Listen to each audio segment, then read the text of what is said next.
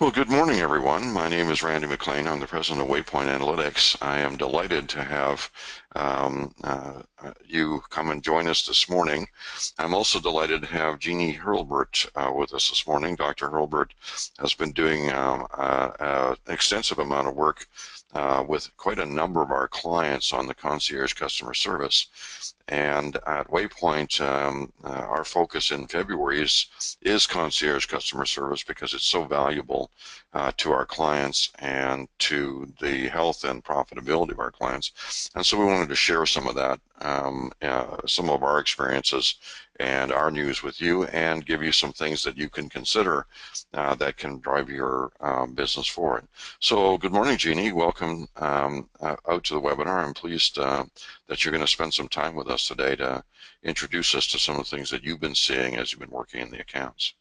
Thanks so much, Randy. I'm so excited to be here and be able to talk to everybody about what concierge customer service can do to improve satisfaction of your customers and drive your profitability.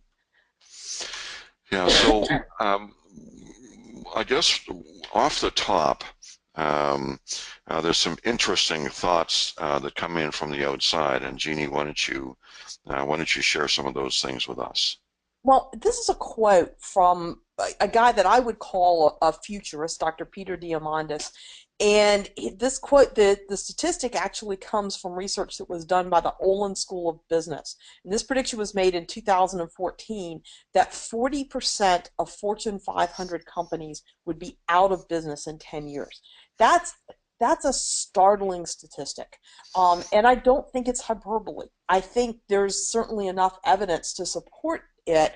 And what it underscores, I think, is the fact that we have a very dynamic environment in which businesses are operating right now, and an environment that carries with it a fairly significant amount of threat. And I think it's incumbent upon wholesale distribution companies to really pay close attention to this fact and this statistic.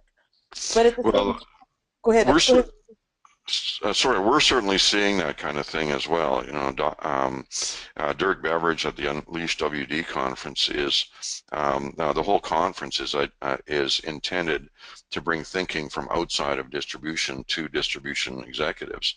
Right. And you know, as we're seeing a faster pace of innovation, people adopting analytics, companies that are getting a lot more numbers driven, getting a deeper understanding of their customer, the advent of social media, and how people that you do a good or bad job for can communicate instantaneously and can really affect your business. We're seeing basically a huge shift in the dynamics of how business is done. And I am not the least bit surprised by this. And in fact, you know, I've been through a number of these things. I remember when IBM was the largest PC maker in the world, and now they make nothing in PCs at all. And you know, there's 100 examples of these major corporations have gone through tectonic shifts, and we've seen a number of tectonic shifts even in distribution. All of us can remember companies that used to be around and are now part of something else, or have disappeared altogether. Big names that were around that we were, you know, concerned about a while ago are no longer those names, and no longer doing business in that way, and are maybe part of something else or gone altogether. And that shift is changing significantly. And I think what we're here today to do is to talk about how to combat some of that, and talk about what's at the root of it, and how a few simple but important changes to the attitudes of how you run a business can make all the difference in that kind of environment. Absolutely, and I think you make a really excellent point, Randy, because it's getting to the root of it, and it's figuring out the flip side of the threat is the opportunity, and it's figuring out where the opportunity lies and how to capitalize upon that opportunity. And Randy, I've heard you talk a lot about the fact that every wholesale distribution company has a core of customers who are converting revenue to profit at 3 to 6 times the rate of other customers. Is that correct? Oh yeah, absolutely. And we've done some recent research. We spent the last half of 2016 taking a look at some really unusual companies that produce not just normal profitability and distribution three, say 2.5 to 7.5% NBT. And we've always known there was an upper tier where that was running, 7.5 to 15%. But we've found that about 9% of the distribution market actually generates profitability in the 15 to 26% range, and have companies that are regularly getting a fifth of all of their revenue to the bottom line. And so we spent the last half of 2016 studying those companies to see what it was that they were doing differently. And the concierge customer service is one of the elements that they've adopted. They basically have been able to make a whole different customer experience for their best accounts. And so we think this is important. And in fact, we know this is vital from the research that we've done. And to put it in context, I came from a world where I was taught about relationship selling, and it was really, if you boil it down into its basic terms, um, uh, the strategy of the company is that customers will buy from us rather than from the competitors because they'll like our salespeople better than they like those guys' salespeople, and that's a that's a pretty weak strategy, and it definitely puts the company in the back seat in terms of maintaining and retaining those customers over the long haul. And it puts them in high risk that if the relationship is all you have between the salesperson and the buyer, and the salesperson goes somewhere else, the account goes somewhere else as well. And Right. so it's a very poor strategy, but it's the way that we were all taught. And so what we're seeing is companies beginning to shift to give customers business reasons to do to work with them or to be their customers, and those business reasons really come down to pricing and customer service. Those are the two differentiators that a company can put into place. Um, that are basically directly, interact with the customer. And then the third is a very high degree of core competence in being a distributor. But most distributors are reasonably good at moving product. And so the playing field can be fairly level there, and it's the customer service and the pricing that makes a difference. And so that's one of the reasons we thought the concierge customer service topic was so important. And then we have clients that are rediscovering that fact and showing it in their results. So, so at any rate, that leads us into concierge customer service, where you have the expertise. So, could you perhaps share with us some of the most important parts of the philosophy behind that, and what kinds of things companies do? Absolutely. So what we want to do is, I think, just think through some of the steps to integrating concierge customer service and seizing that opportunity in the marketplace that is out there and that some people are having trouble finding right now.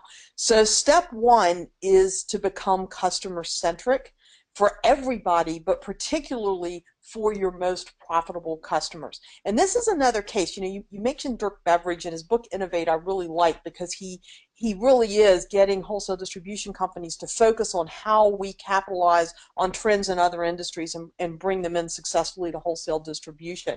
And becoming customer centric is absolutely one of those trends, because what we're seeing is, for example, companies, we go back to 2003, I think there were fewer than 20 chief customer officers in the world. And now we have a situation where 1 in 5 of the Fortune 500 and 1 in 10 of the Fortune 100 have a chief customer officer or some analog of that in place. And I think that's just a marker of how companies are understanding the importance of understanding what customers want and giving them what they want and serving them well, and the competitive advantage that that really can bring. So really that's the first step. It's really to get focused on who your customer is, what they want, and ensuring that you're constantly giving them what they want. and particularly at the top. And what we're seeing also, in addition to becoming customer centric, is this notion of a tiered or a differentiated level of service is also more and more and more common in other industries. So what they're doing is using analytics to segment the customer base and orienting customer service towards those different segments. And that this is really a variation of that. Well, I imagine that just about everybody listening right now says, you know, we have good customer service. We're all about the customer. Um, uh, there isn't really much for us to do here. Would you say that that's a relatively accurate assessment of what you've seen in distribution? It's a very accurate assessment of what we hear from distributors when we sit down and talk with them.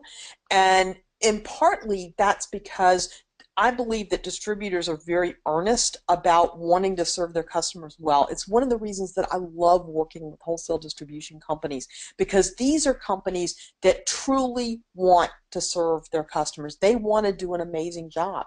And that's one of the things that makes it so rewarding to work with wholesale distribution companies. At the same time, in part because of the way they're getting feedback from customers, what's happening is that they think they're doing typically a better job than they're doing in customer service and in making their customers happy. That there are places where they're excelling, there are places where their customers are highly satisfied and highly loyal, but there are also places we can eliminate where they have huge opportunities for improvement. And that means that if you pay attention to this and you begin to walk down this path, it's a key differentiator, because if you begin to uncover those areas where you have opportunities to ensure continuous process improvement, and you start doing that and getting really serious about that, then you're going to set yourself apart from your competitors who aren't doing that very quickly. Well, I think that in some cases, or in many cases, I would be even more critical of that thought process. My experience tells me that pretty much everybody can remember a great thing that they've done for a customer, and they think of themselves as being pretty good people and treating the customer very well.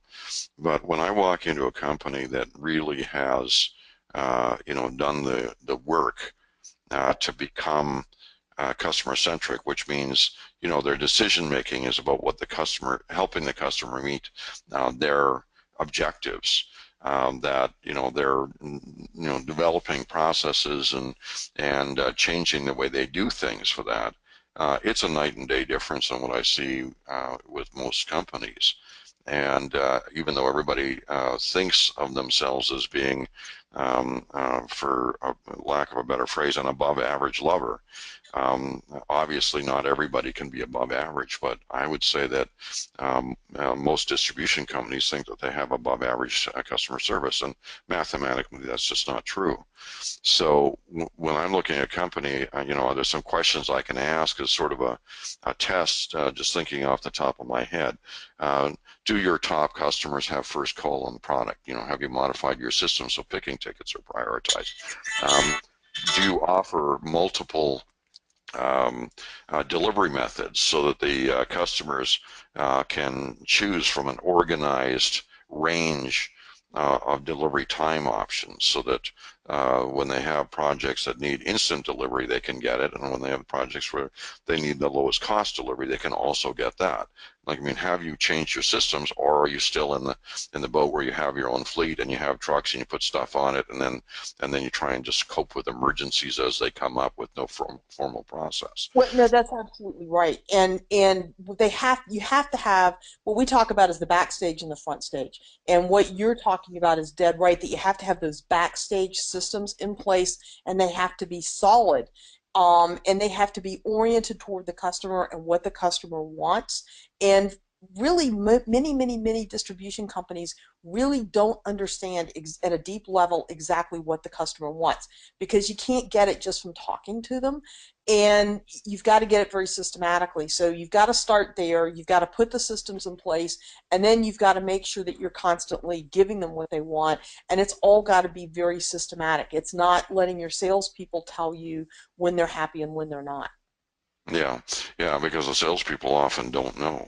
No. Bruce Merrifield for decades has been telling people to get out there and walk around and see what's going on in the customer account, identify opportunities to be able to not only help but to stand out from the competition by more closely delivering exactly what they need to meet their objectives. And too often companies pay lip service to that, and isn't that one of the primary objectives of concierge customer service? It absolutely is, because there are two fundamental questions, and I think that's what Bruce is getting to. There are two fundamental questions that every company has to answer, and far too many companies cannot answer them well. And the first question is, what do my customers want? What keeps them awake at night? Not vis-a-vis you and what you provide to them, but what are their core concerns, priorities, goals? Okay. And then number two, how well am I doing at giving them what they want? When you understand what they really want and where their heads are, it becomes really easy to orient your marketing messages, your products and service, and your customer service toward what you know they want. And then you've got to constantly be measuring how well you're doing with both satisfaction and loyalty.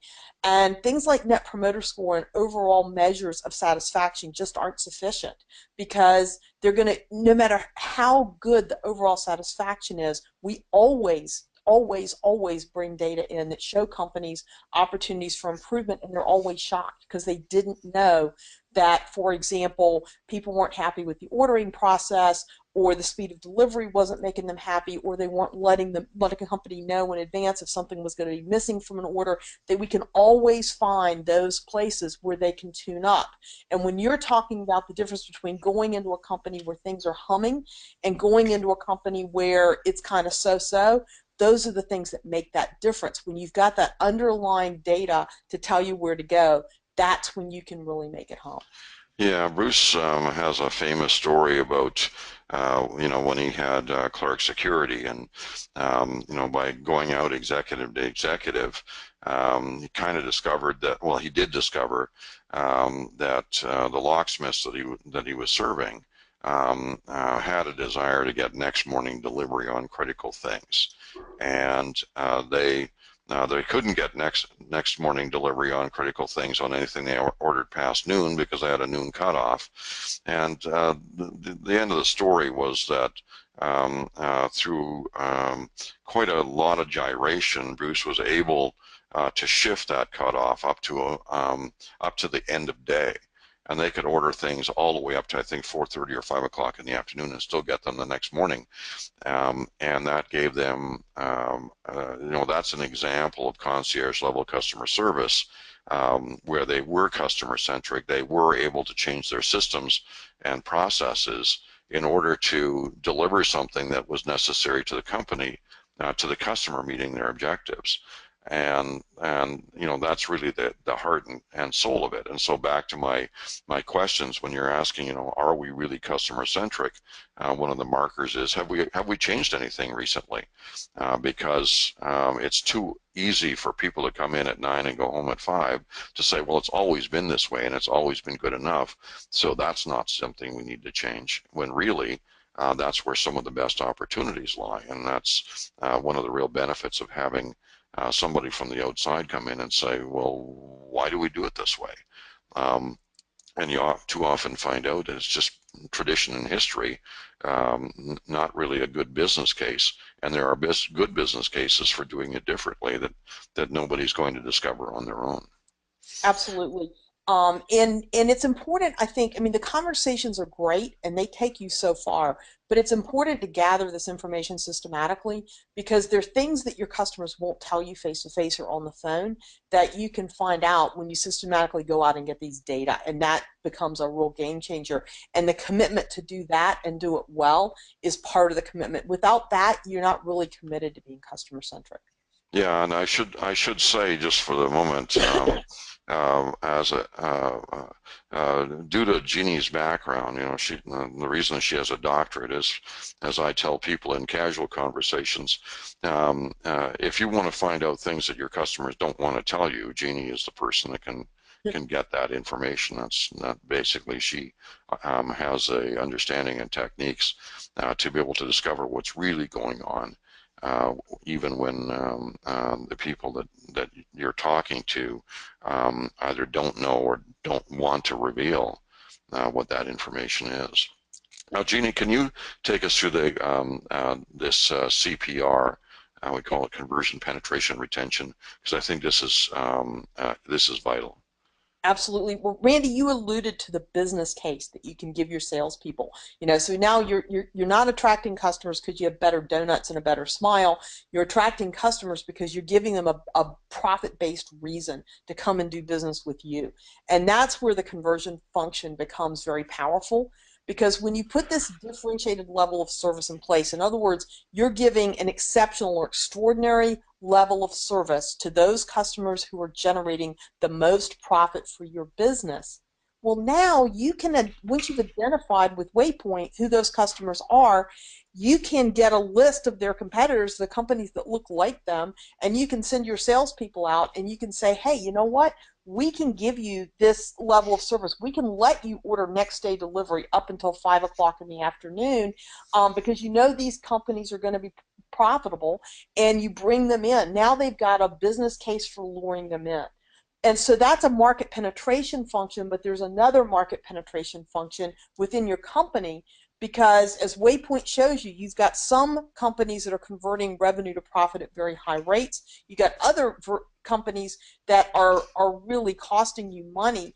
And now you have the opportunity to say, look, there is this level of service that is available to some of our customers, but here's what has to happen for you to qualify for that level of service. For you to qualify for this level of service, you can't be ordering 5 screws every other week. You've got to be able to combine things into bigger orders. So you have a lever.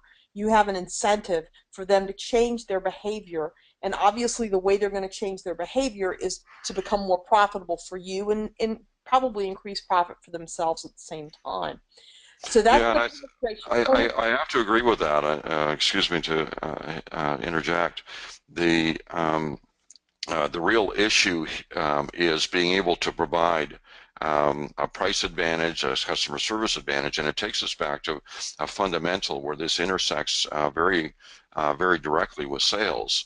What you were just alluding to is that you can bring the lost art of negotiation back into the selling process by having something that has true business value that you can offer in order to that you can exchange for a change in behavior that will increase the efficiency and the profitability of the relationship. And so developing this customer service thing isn't just being nice to the customer. It is actually developing a business benefit that can be exchanged for profitability. Absolutely. And that kind of incentive structure is huge. And that's why this differentiated level of service then becomes so powerful. And retention comes because now you have the ability to retain all the customers you want to retain, meaning the ones that are actually making you money, because you can offer them a level of service that your competitors cannot afford to give to them because they haven't figured out who are the ones who are generating revenue at higher rates, and so they're not able to do this. So you can leave them in the dust essentially and retain everybody you want with this differentiated, exceptional level of service for these highly profitable customers. You're going to have dedicated concierge customer service representatives who are building deep relationships and maintaining deep relationships, who are acting proactively. They're not waiting till something happens to solve a problem. They're making sure that they're paying attention to what's going on with that customer on an ongoing basis. They're going to make that customer's life so much easier that nobody is going to be able to wrest those customers away from you. You're going to put an iron fence around that herd. Yeah, and I like that, and so that just sort of sums up what we're talking about here.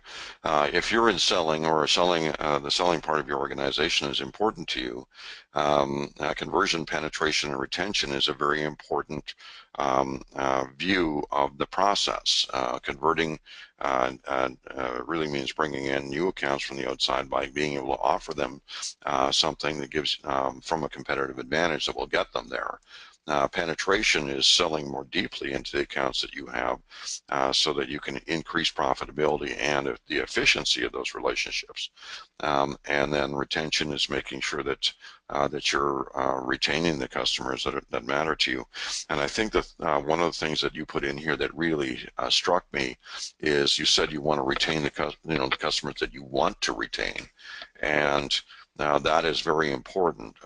Retaining all customers is at best going to give you average performance.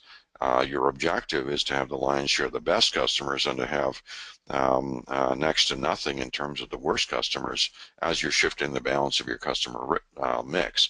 And that is one of the essential keys to those super profitable distribution companies that we've been studying, is that they're very, very good at making sure that they have a much larger proportion of profitable customers in their portfolio than their competitors do. And targeted retention is just as important as targeted conversion, making sure that you're going after only the customers that are going to be profitable, and you're retaining only the customers that are going to be profitable, because shifting that balance is necessary to high profit rates. Absolutely. And So, it's a lot less expensive to keep the profitable customers than it is to go out and get more. so Jeannie, it costs money to set up a concierge customer service group, although I've been surprised at some of the work that you've been doing where it actually is repurposing people and payroll costs more than it is adding to them. So can you quickly walk us through the financial foundations of concierge customer service? Absolutely. And I mean, this should be a profit generating activity, because what's going to go on here is first you're going to identify the candidates for concierge customer service, who qualifies in terms of profitability by going into WayPoint. And basically, it's going to be the high leverage and the high efficiency accounts. And the WayPoint profitability reports will show you who they are very quickly. So you're going to identify those customers that are generating this profit, and those are the ones who are going to qualify for concierge customer service. And Randy, as you talk about, that they're going to prepare for eventual loss of gross profit from the money losing accounts. I'll let you address that. But then you're going to identify companies that look a lot like the highly profitable, the high leverage and high efficiency accounts, and those are the ones you're going to charge your salespeople with going out and finding more like them. And then we talked about the penetration function, where you're going to turn money losing into money making accounts. Okay, excellent. And then the other thing that I had noticed is that we have an inefficient sales model in distribution. You kill what you eat is the most common model, and larger companies and certainly the most profitable companies are moving away from that, and they have specialized personnel that do prospecting and lead generation, appointment scheduling, and those kinds of things. And the very best, most persuasive people are in that presentation role. They're bringing in new accounts or deepening the penetration on existing accounts. And then they have other personnel to do follow-up and customer service. And so we find that frequently a mediocre or mid-range salesperson could be a great customer service person because of their product knowledge and insights into the company and the customers. And Absolutely. so we wind up Absolutely. not spending more money on concierge customer service as we basically repurpose some of the personnel already in the sales force. We wind up making better use of our expenditures in those areas. That's right. And what you're talking about is really increasing the specialization in the division of labor between sales and customer service. So sometimes it's bringing somebody from sales who's not doing such a high job. Sometimes it's promoting from within, from customer service people who are doing very well, and then training them in what we call the elements of concierge customer service. And we use the acronym MORE for that. You have to have the right mindset. You have to take ownership of customers' problems. You make the company referable in that process, and you provide an extraordinary experience to these highly profitable customers. So referability for a company really should be automatic, because when I do something for you, the norm of reciprocity says you're going to want to give me something in return. And so one of the things to ask yourself as you're listening to this webinar today is, do you have an endless stream of referrals? How referable is your company? Are they going to send people away, or are they going to attract people? That's really the ultimate measure of customer loyalty. And the reason that referability is so critical is because it lets you reach deep in your target market to essentially clone your best customers, because the customers that your top customers are connected to, the potential customers rather, are going to be similar to them. That's what we call the principle of network homophily. So these referrals are absolute gold for your business. Okay. And Okay. Now, I want to mention to the audience that we're going to be providing this deck, and Jeannie has put in it a number of these elements of this MORE acronym. We're talking about those four elements of customer service, so that you can review those and look more deeply into those particular elements. So to close out and wrap up, could you talk to us about the concierge customer service process?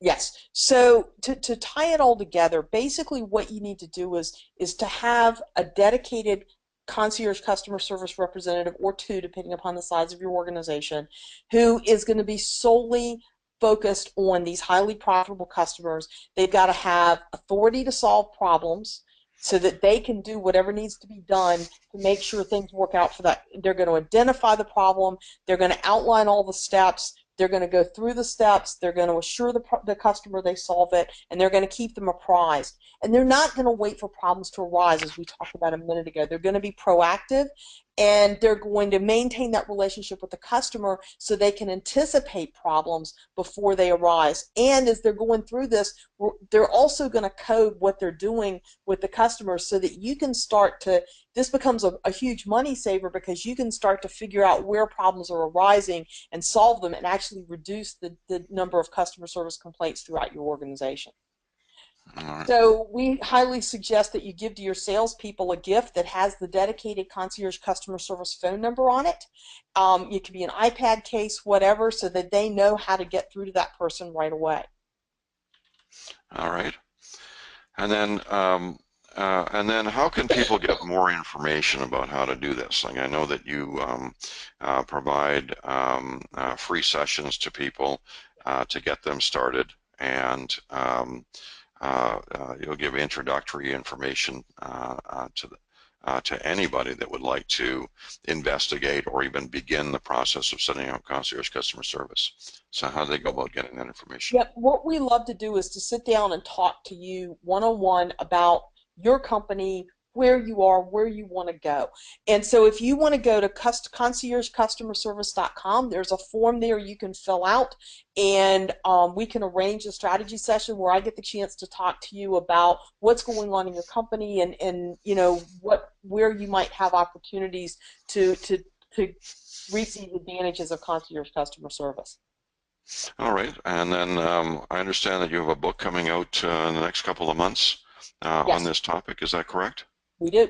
We do. And we're really excited about that.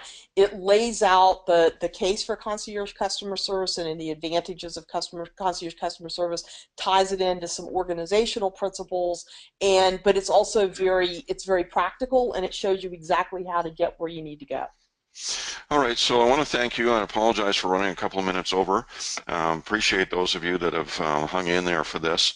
I do hope that what we've discussed this morning gave you some ideas and some things that you will think about. I hope you'll start thinking about conversion, penetration, retention. I hope you'll start thinking about the elements of customer service and the MORE acronym in order to make sure that you're achieving this. I hope you'll walk around your company and ask a few hard questions about, you know, what have you changed in the last little while that would, in the last year or 2 years, in terms of your core processes and offerings that actually help customers meet their goals. And I hope that you'll take some time to talk with Jeannie. I know that quite a number of our clients are on a path or have completed a path of implementing implementing concierge customer service using Genie as sort of an outsourced facilitator of these kinds of things in order to set their companies up to have an advantage, a business advantage in the future. And I want to thank you for spending time with us. I want to thank you, Jeannie, for sharing your expertise. Thanks We'll for be sending. Sorry. thanks for the opportunity. Yeah, and we'll be giving out, we'll be sending out some follow-up information so that we'll provide you with the deck and some other information that we hope will be helpful for you as you start your own journey to an enhanced concierge level customer service targeted to your very best accounts so that your company will be different than your competitors. So thank you very much and have a terrific day.